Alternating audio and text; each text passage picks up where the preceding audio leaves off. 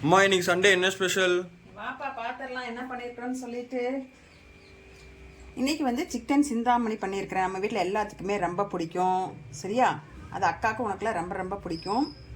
அப்புறம் ரத்த பொரியல் பண்ணியிருக்கிறேன்ப்பா. ரத்த பொரியல் பண்ணி ரொம்ப நாள் ஆச்சு இல்லையா, அதனால இன்னைக்கு ரத்த பொரியல் பண்ணியிருக்கிறேன். அப்புறம் முட்டை ஒன்றே ஒன்று தான் அவிச்சேன். என்னடா ஒன்றே ஒன்றுன்னு பார்க்காதீங்க, இன்னைக்கு எங்கள் வீட்டில் யாருமே முட்டை வேண்டான்ட்டாங்க. அதனால பையனுக்கு மட்டும் ஒன்று வேணும்னு கேட்டான், அவனுக்கு மட்டும் ஒன்று அவிச்சு வச்சிருக்கிறேன். எனக்கு மட்டும் முட்டையா? ஆமாம், உனக்கு மட்டும் முட்டை. அப்புறம் ரசம் வச்சிருக்கிறேன். எப்போவுமே நான்வெஜ் பண்ணால் கண்டிப்பாக ரசம் வேணுங்க எங்கள் வீட்டில், அதனால் ரசம் வச்சிருக்கிறேன். வெள்ளை சாப்பாடுக்கு வந்து இந்த சிக்கன் சிந்தாமணி சாப்பிட்டோம்னா ரொம்ப டேஸ்ட்டாக இருக்கும், அருமையாக இருக்குங்க. அப்புறம் தயிர் வச்சுருக்குறேங்க. சிந்தாமணி இதுக்கும் சாப்பாட்டுக்கும் தயிர் வச்சு சாப்பிட்டோம்னா அதை விட டேஸ்ட்டாக இருக்கும்.